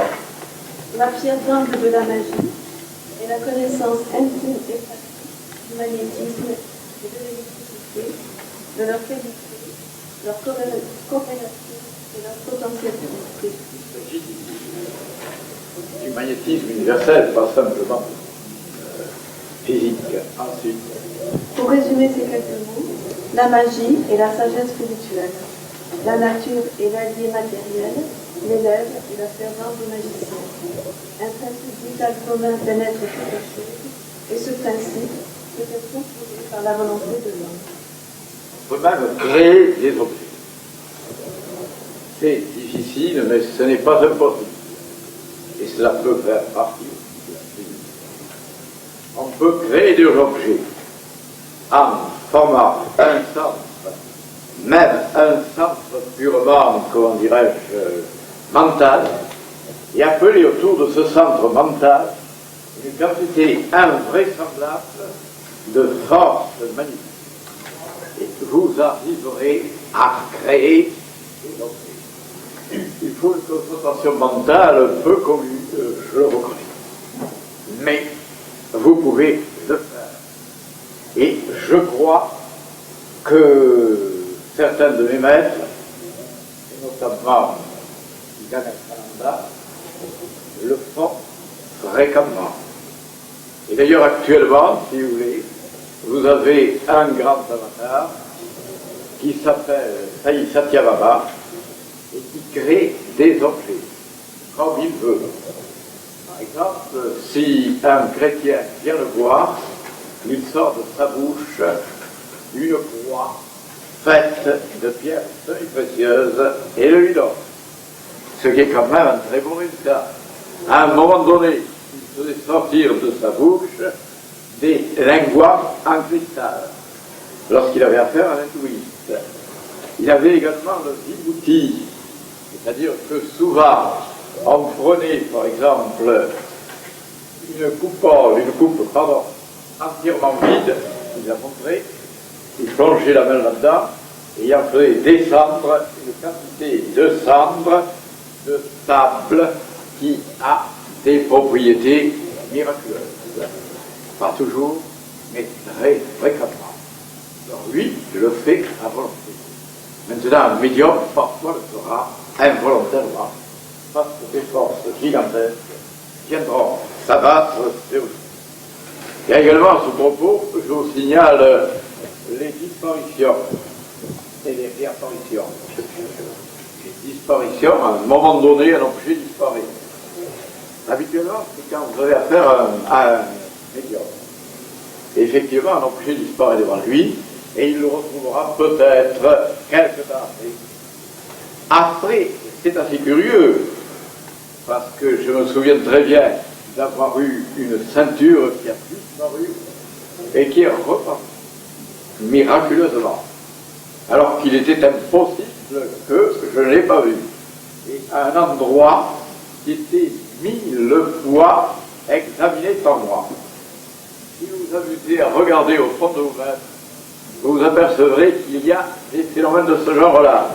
Naturellement, on ne veut pas les voir. On se dit, c'est impossible, j'ai eu la berlue. Non, vous n'avez pas eu la berlue. Vous avez eu affaire très probablement à une matérialisation momentanée et à une dématérialisation momentanée. Le curé d'Ars avait écrit sur son cahier multitude de ces visions. Ce cahier enfermé dans une table, dans un tiroir, a disparu complètement. Il est réapparu 3 mois après, entièrement roussi d'ailleurs. Et là, ce n'est pas tellement étonnant, parce que la force gigantesque qui s'appelle la Kundalini ou le serpent de feu peut effectivement aboutir à de véritables intentions. Enfin, à de véritables brûlures. Dernièrement, aujourd'hui, je crois, dans aux environs de Montpellier, là c'est notre phénomène, vous voyez des objets qui se précipitent et se brisent les uns contre les autres. La gendarmerie est en train de faire une enquête, et je ne doute pas qu'elle déclare que les phénomènes sont vrais et inexplicables. Faut qu'ils laissent tomber naturellement les enquêtes. On peut déplacer les objets, on peut créer des objets, on peut dématérialiser les objets. Alors, c'est encore un des principes de la puissance universelle de la Terre. C'est fini. Bon, alors nous passons passer au troisième texte. C'est les 22 lois de la volonté de Thoth Hermès. Et nous en sommes précisément dans cette idée. Je vous rappelle que Thoth Hermès est très probablement le constructeur de la grande pyramide. Et que, suivant certaines traditions, cette grande pyramide a été construite à l'an moins 4000. C'est terminé, inauguré, à l'an moins 4000. Et qu'elle connaît, elle est remplie de formidables prédictions à travers les entrecroisements et à travers aussi les reliefs et les accidents du granit. On peut calculer les dates de l'avenir. Or, il est tout de même curieux qu'on aurait pu découvrir avant les événements et à travers cette géométrie prophétique la date de 1917 comme étant la délivrance de Jérusalem. Et en 1917, effectivement, les Anglais ont libéré Jérusalem. Il y a également la date de 1914 et de 1918, parfaitement exacte.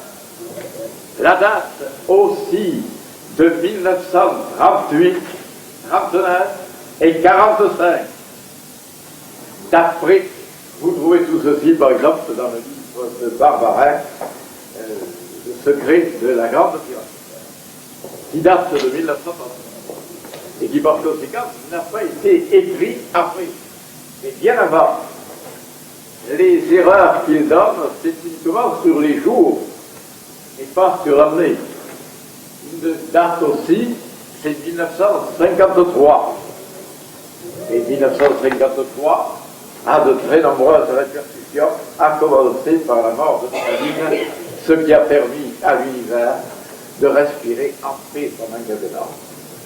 Eh bien, il y a, semble-t-il, à travers cette connaissance, j'ajoute que la plupart, beaucoup de reflets d'avenir, j'ajoute que la plupart des dates données par la grande pyramide sont des dates initiatiques. Il y a sans doute des phénomènes réels, mais à côté des phénomènes réels, il y a des phénomènes transcendants et qui s'expliquent très bien par cette idée que ce sont les maîtres, les avatars, les prophètes, qui sont les éléments essentiels du monde et non pas l'arrivée des dictateurs ou la mort des dictateurs. Je vous signale quand même que FB avait déclaré que Staline devrait mourir en 1953. Effectivement, parce qu'un certain Attila était mort en 453. Il considérait que l'homme était la réincarnation de l'homme. L'événement lui a donné raison. Il est mort, effectivement, en 1953. C'est-à-dire que la connaissance scientifique peut aboutir aux révélations les plus fabuleuses sur l'univers. Ensuite, on peut...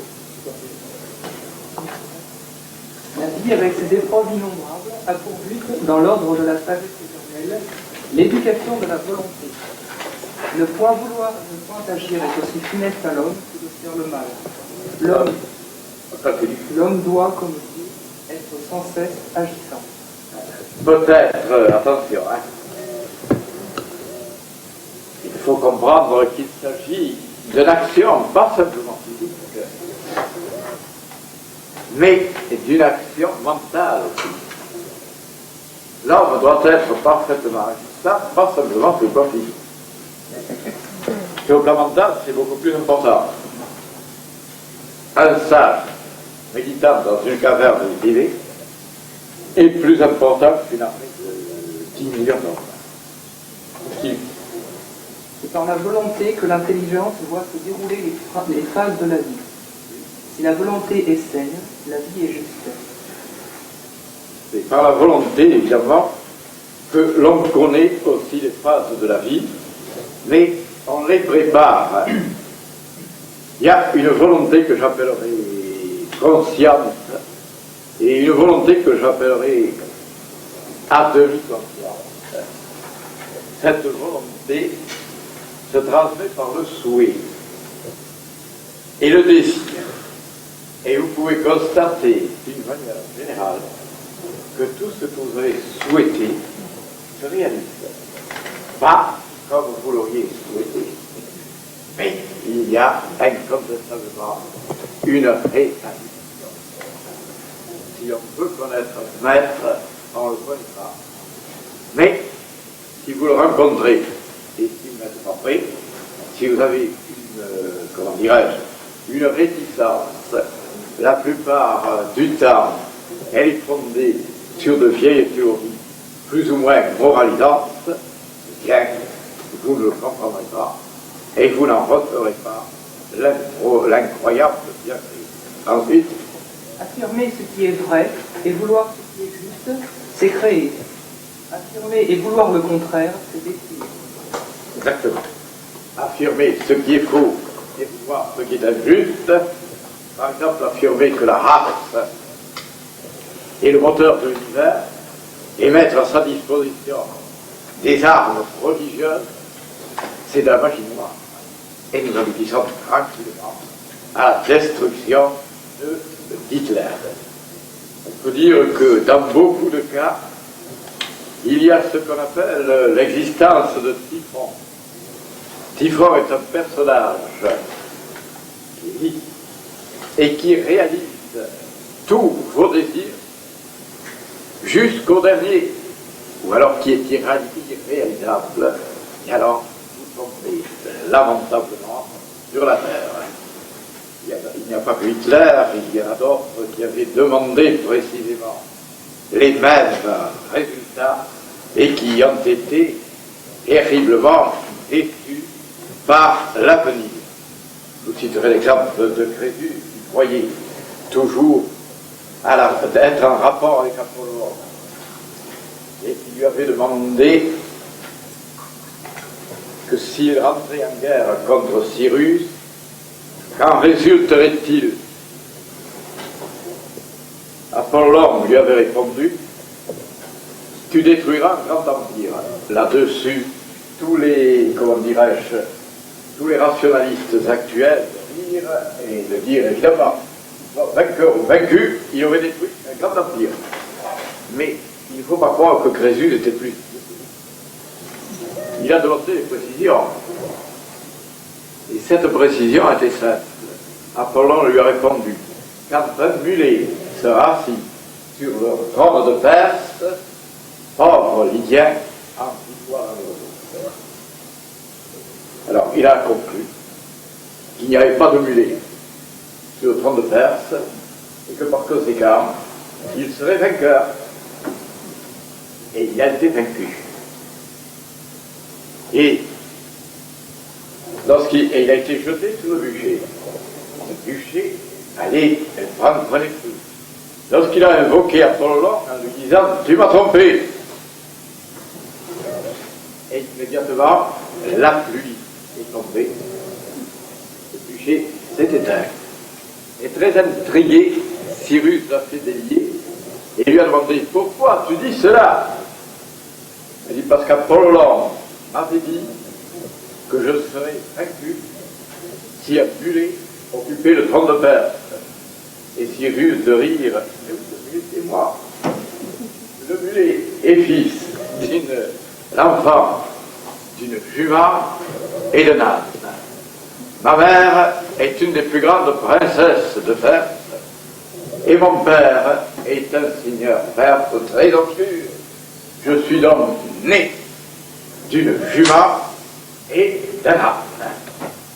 Alors, continue. Une chaîne de fleurs est plus difficile à briser qu'une chaîne de fer. Bon, d'accord. Une chaîne de fleurs, oui, évidemment. Une chaîne de fer, vous pouvez toujours arriver à la briser, hein, par la puissance, par la concentration, par l'héroïsme. Mais si c'est une chaîne de fleurs, c'est-à-dire des sentiments doux et en même temps affectifs qui vous paralysent, vous êtes liés pour de nombreuses années. C'est l'histoire d'Hercule au pied d'Omphale, le héros qui avait vaincu tous les monstres de la terre et séduit par le sourire d'une femme. Alors, une chaîne de fleurs est donc plus difficile à vaincre. J'ajouterai également qu'il y a quand même une autre explication. La fleur, c'est la vie. Le fer, c'est la matière. Autrement dit, il est beaucoup plus facile de façonner, comment dirais-je, le monde physique que de détruire le monde de la vie et d'anéantir l'esprit vital. La volonté de l'homme juste est l'image de la volonté de Dieu, Oui. et à mesure qu'elle se fortifie, elle commande aux événements. Oui. Alors il s'agit de commander aux événements. Cette fois-ci, c'est beaucoup plus grave. Hein. Alors il faut savoir qu'il y a toujours deux événements. Et que vous pouvez choisir l'un ou l'autre. Il n'y a pas de fatalité absolue. Il y a toujours quelque chose qui est double. Dans Maurice Bach, il y a quelque chose d'intéressant. À un moment donné, un de ses héros, dans Priscilla d'Alexandrie, c'est un vieux juif boiteux, à choisir entre deux rues. Il hésite. Il a choisi, comme il connaissait quand même le problème, et aussi l'existence des deux avenirs, il déclare: je vais passer par la rue du Temple. Et il passe par la rue de l'Église, à côté. Et c'est alors qu'il lui arrive une série d'aventures incroyables qui ne lui seraient pas arrivées s'il n'avait pris la première rue. Effectivement, à chaque instant, il y a la possibilité de changer l'avenir. On peut le faire. Il faut pour cela avoir une formidable connaissance et en même temps un courage démesuré.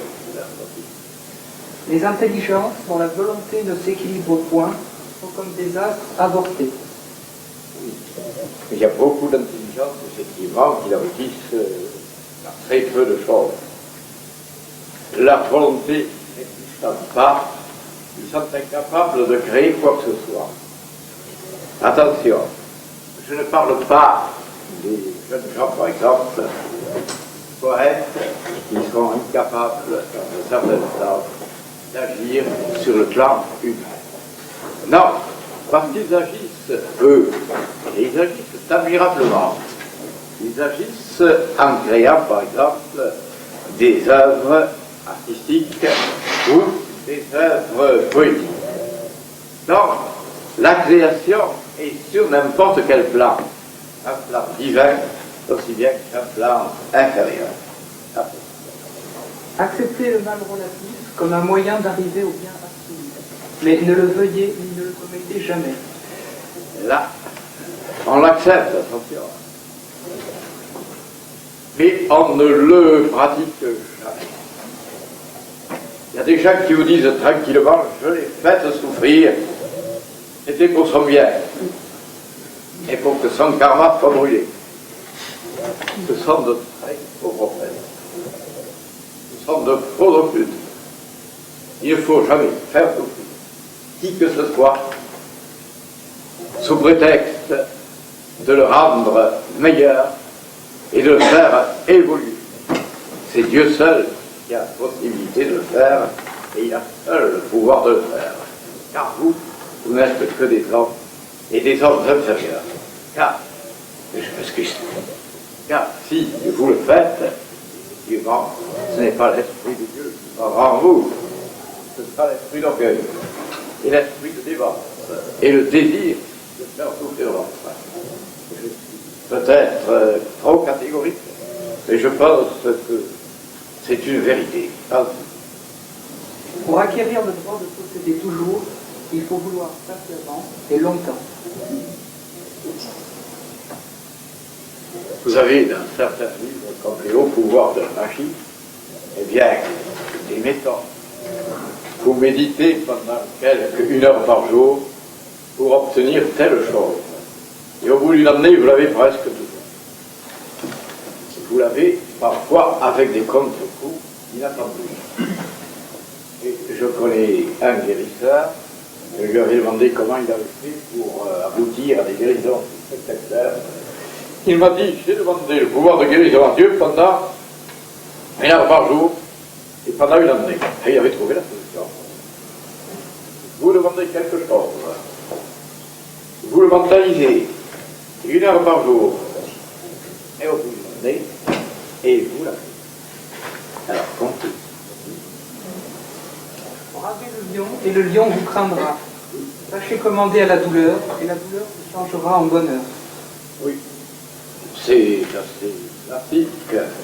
Si vous n'avez pas peur d'un animal, quel qu'il soit, il ne vous attaquera pas. Mais s'il y a au fond de vous la moindre parcelle de peur, il va le sentir. Je dirais qu'il le sent, car la peur exhale une véritable odeur. Et là, l'animal. Maintenant, quant à la douleur, il y a des méthodes qui permettent à la douleur d'être supprimée. Je vous la donne toujours, cette méthode, vous en ferez ce que vous voudrez. C'est la méthode curative des animaux.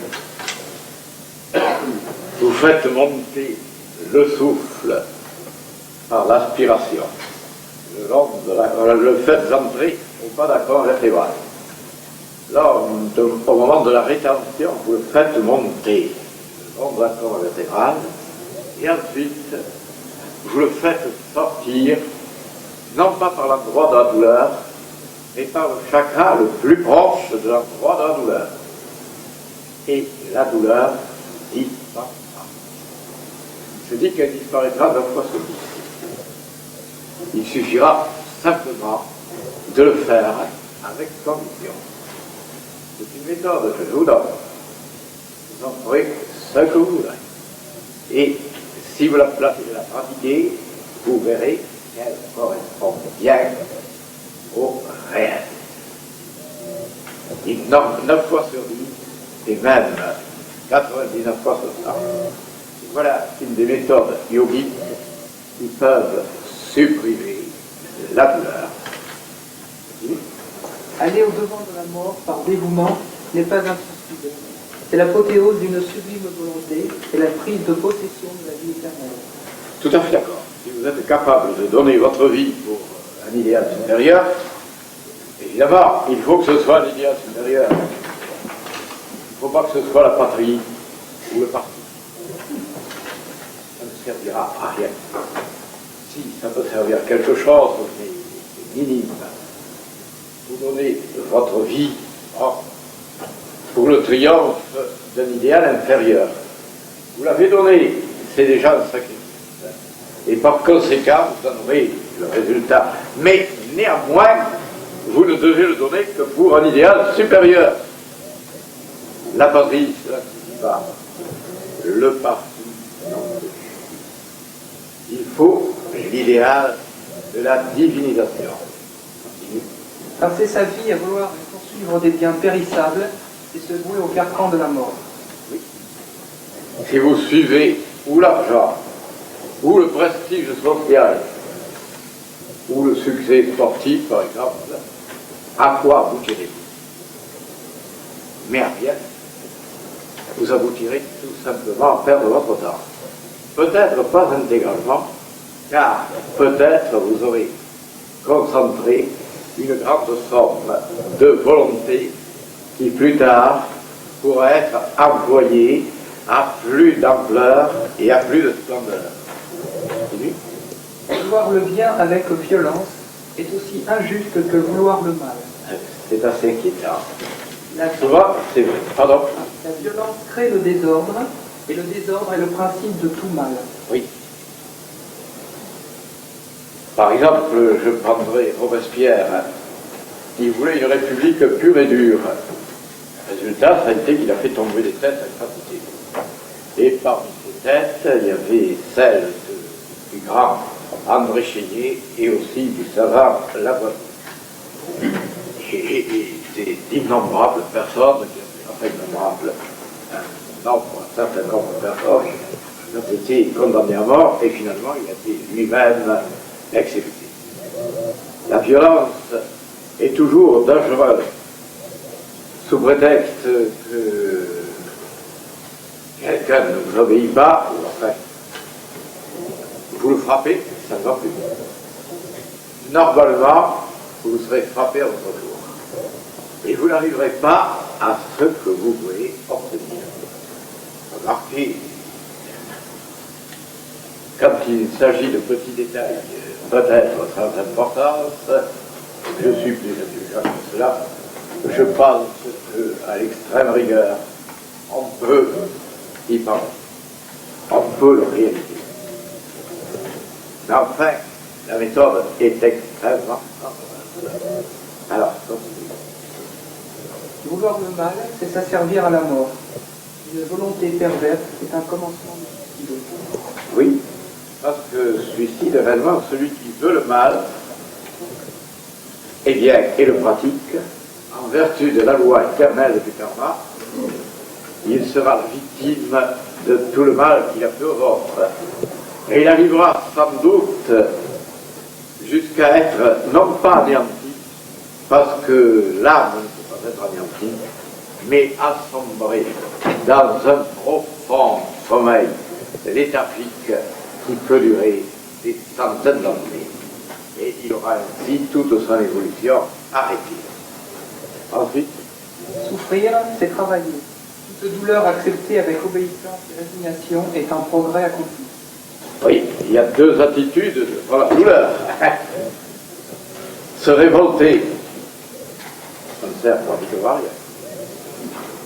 L'accepter, si vous acceptez ou bien comme une épreuve divine, ou bien plus sûrement comme le résultat d'un karma, ça peut évoluer votre être. Et si vous la supprimez par la volonté et la connaissance, c'est encore mieux. Alors, ce qu'il ne faut pas, c'est se révolter. Alors, continue. Plus la volonté surmonte d'obstacles, plus elle grandit en puissance. L'espérance doit donc s'unir sans cesse à la foi. Oui. Il y a trois éléments, évidemment, dans les trois vertus théologales, la foi, l'espérance et la charité. L'espérance est nécessaire, car nous tous, nous savons que nous sommes des fils de Dieu, et que inévitablement, des enfants de Dieu, et que inévitablement, nous serons sauvés. C'est l'espérance. La charité consiste à aider tous les êtres que nous pouvons. Les hindous demandaient tout simplement, tous les jours, de donner à manger à des êtres humains, à des êtres afin de faire la charité, à des êtres animaux, à des plantes et enfin aux dieux. Car les dieux ont besoin d'être aimés. Et en leur envoyant des pensées d'amour, eh bien, vous établissez l'équilibre de l'univers. Il y a quant à la foi, elle ne peut être donnée que par le discernement spirituel. Si vous croyez à toute la foi qu'on vous a inculquée dans votre enfance, eh bien, vous supprimez toute possibilité d'évolution. Il n'existe pas un seul grand sage qui soit enfermé dans une religion. Et commençons par Jésus, qui a commencé par détruire la religion de Moïse, en disant notamment Moïse vous dit œil pour œil, dent pour dent, et moi je vous dis aimez vos ennemis et pardonnez à ceux qui vous ont fait du mal. C'est-à-dire exactement l'inverse de la tradition. Continue. La peur n'est qu'une paresse de la volonté. Les périls n'épouvantent que les natures abordées. Ah, là, c'est extrêmement difficile, évidemment. Parce qu'il faut évidemment vaincre la peur. Tout magicien et tout mage doit vaincre la peur. Et vous avez peur de quoi? En gros, vous avez peur de la mort. Et si vous savez que la mort est une délivrance, vous n'avez plus peur d'elle. Si vous êtes ignorant, vous avez peur de l'enfer. Auquel cas, votre peur subsistera jusqu'au moment où vous saurez qu'il n'y a pas d'enfer éternel.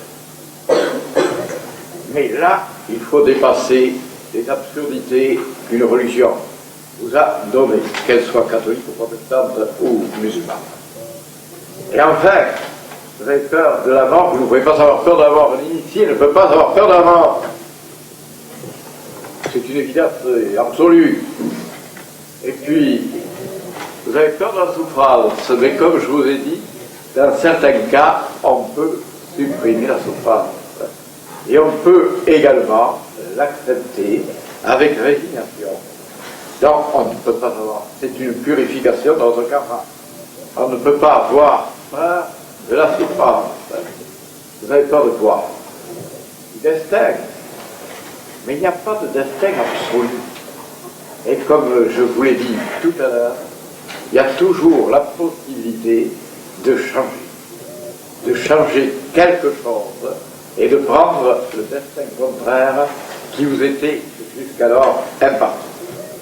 Alors, vous ne pouvez pas avoir peur de la souffrance, de la mort, du destin. De quoi aurez-vous peur? Du déclin, de votre déclin physique et moral. Et il est possible, après tout, que ce soit le résultat d'un karma. Ou bien vous l'acceptez avec résignation, ou bien vous luttez. Mais en somme, la peur est incompatible avec le sage. Ensuite, la lumière est un feu vivant, mis par la nature au service de la volonté.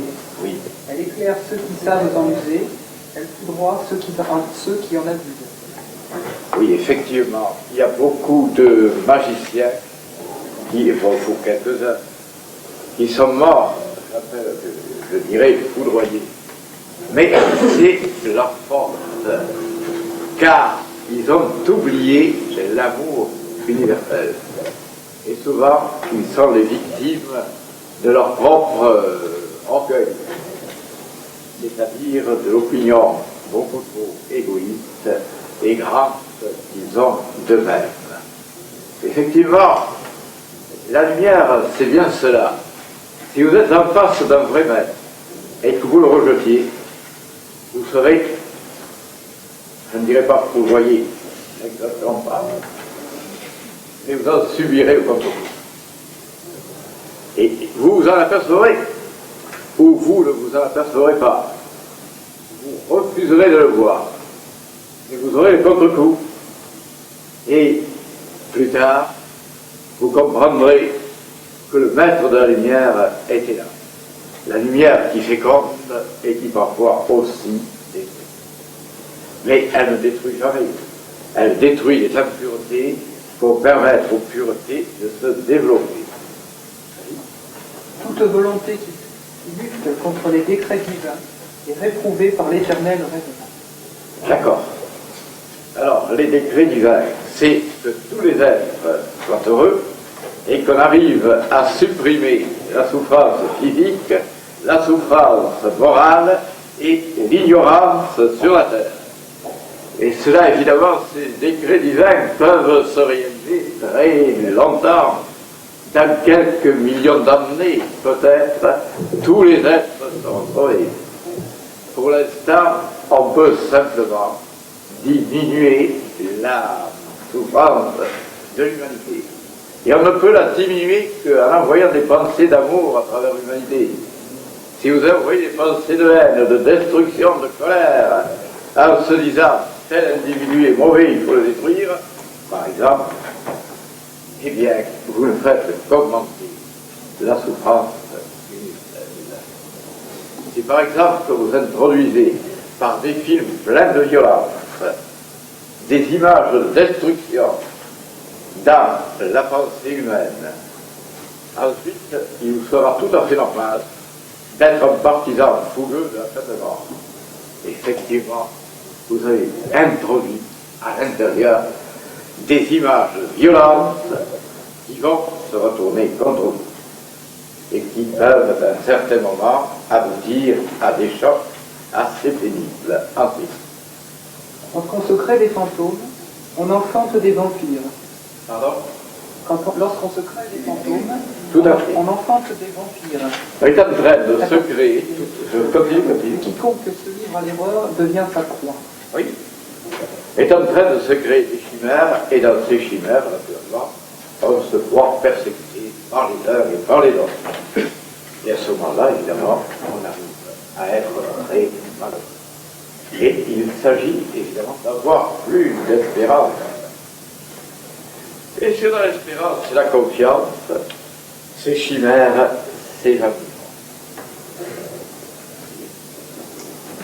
L'empire du monde appartient à l'empire de la lumière, et l'empire de la lumière est le trône de la volonté. Bon, c'est à travers donc la volonté, comme je le disais tout à l'heure, qu'on peut arriver à la connaissance absolue des lois cosmiques. Oui.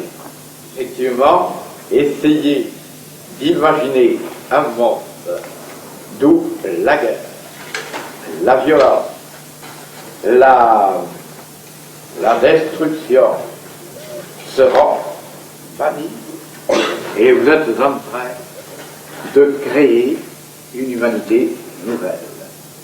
Je dirais que toutes nos pensées d'ailleurs, toutes nos pensées inférieures et supérieures sont en train de créer la planète dans laquelle vous irez. Les pensées inférieures vont se traduire par des serpents mortels, des poisons dangereux, par des catastrophes naturelles. Et les pensées d'amour se traduiront par des fleurs merveilleuses, des créatures de rêve et en même temps des conditions étonnantes pour l'épanouissement de l'âme et de l'esprit dans votre monde futur. Attention, tous les jours, vous créez votre planète future. Et si vous la créez avec violence, en déclarant par exemple qu'il faut détruire les méchants, toujours quelqu'un est le méchant de l'autre, hein, eh bien, à ce moment-là, vous irez dans un monde avec des monstres et des êtres terrifiants. Si au contraire, vous pratiquez le pardon universel et l'espérance du salut universel, vous êtes libérés de toutes les religions et de toutes les morales traditionnelles, avec uniquement l'amour, eh bien vous irez dans une planète où les conditions de l'Éden seront parfaitement réalisées. C'est ainsi que se créent les planètes édéniques d'un côté et les planètes infernales de l'autre. Je vous remercie de dire et nous allons passer la parole à